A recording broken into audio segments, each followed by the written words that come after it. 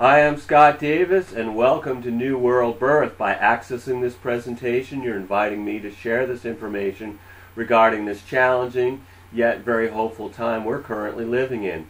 This is the Prenatal Care for the Birth of a New World Age report for the Gregorian date of April 17th, 2011, which is also One Transformation in the Mayan Tzolkin calendar.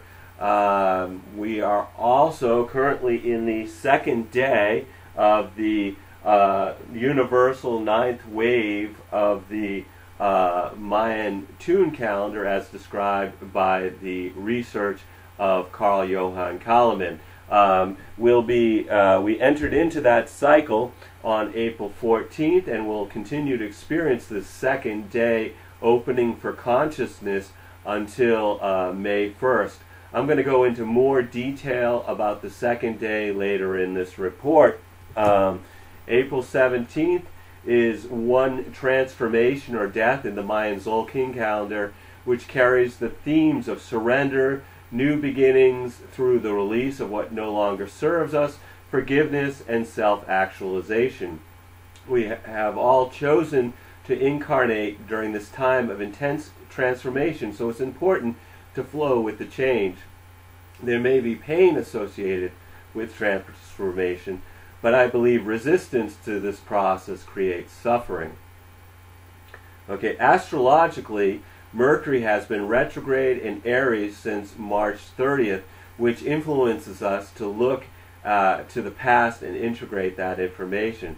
Saturn is also retrograde. In this case, it's in Libra, so we are also at this time reviewing our relationships. We have a Libra full moon on April 17th, which is feeling beaten and bruised after spending the time prior to the full moon being challenged by Saturn and the group of planets that are in Aries. This may leave people feeling vulnerable, but it may also influence us to rise like a phoenix from the fire. Historically, this full moon is called the egg moon, and it's about conception. On the 19th, Mercury merges with Mars, so that is a day when people will speak first and think later, with less than favorable results. With Jupiter adding to this mix, this can cause chain reaction accidents. So this would be a good time to be conscious and thoughtful in your actions, and try not to take other people's behavior personally. We do have Mercury turning direct on the 23rd, which will be during the peak of this second day cycle of the ninth wave of the Mayan Tun calendar, and the other peak day being the 22nd, which is when Venus is moving into Aries. So this is a time period that is a major turning point. One of the things you can expect is to have some of our baggage removed as we continue to have our load lightened so that we can pass through the eye of the needle. Unfortunately, some of what we lose may feel very personal, but it could also be a relief that the change is finally occurring and that it will lead to new beginnings. Excuse me. These periods where the planet appears to be standing still, which happens when they're changing from going direct to going retrograde, or from being retrograde to going direct, those time periods where it's been moving this way, it slows down to a stop and then starts to move in the opposite direction. Those time periods when it's slowed down to a stop, that's when planets are really at their most powerful. And during this report period, we have both Mercury and Pluto appearing to be changing directions, so they're both in their power. This leads us up to April 27th, when Venus is in a challenging square to Pluto, which exposes hidden issues in our relationships.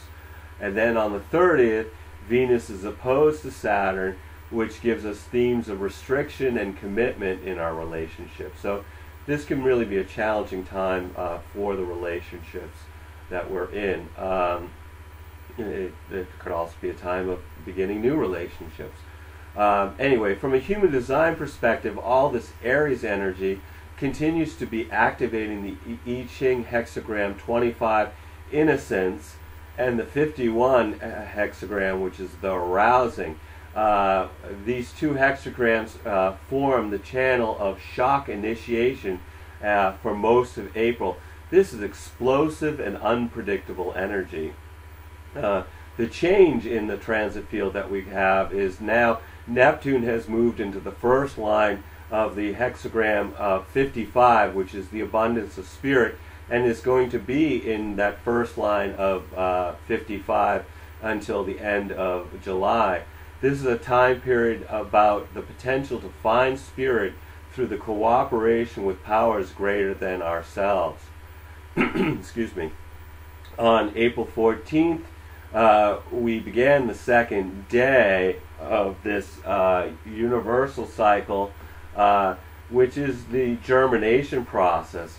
This is where the plant comes up out of the ground and displays its two primary leaves, which in the past this has been shown as a display of duality and civil unrest in past second days. As economic and governmental systems continue to self-destruct, it becomes important to consider where you're getting your resources. If your necessities come from far away, what is your plan if there is no longer an economic drive to transport resources? These are questions to consider now, because our current systems are unlikely to last in their current forms through the end of this summer. Urban areas will be the most vulnerable, so have a plan and the ability to enact it so you'll be able to get to sustainable fresh water and food supplies if the transportation to those resources to where you currently live is affected by the breakdown of these large systems that are being compromised as we move into this new energy. As I've said before, if you're struggling with the energy, do your best to take care of yourself and the people that you love. The intensity of this opening of consciousness only lasts another 195 days. This whole cycle completes October 28, 2011. And this second day energy is about expansion.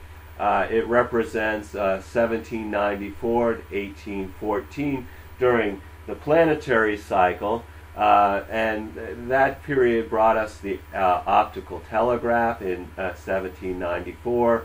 The Louisiana Purchase happened during that time period in the United States, and the Napoleonic Wars happened during that time period in Europe. During the galactic cycle up here, that period of time, the second day would be December 24th, 2000 to December 18th of 2001. So that time period we had September 11th, 2001. So these expansions of consciousness mark a paradigm shift in how we see our world.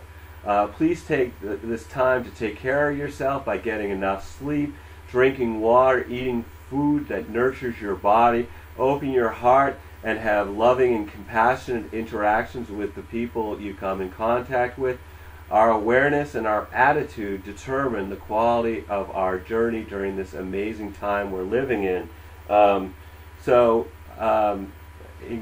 In closing, I want to just thank you for coming and checking out New World Birth.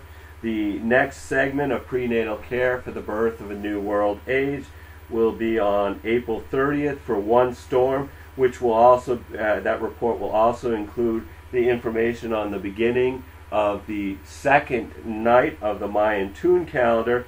So anyway, thanks for coming by. Please check us out on Facebook and on YouTube. And as always, I'm inviting you to email me at newworldbirth@yahoo.com. The light in me honors the light in you. Namaste.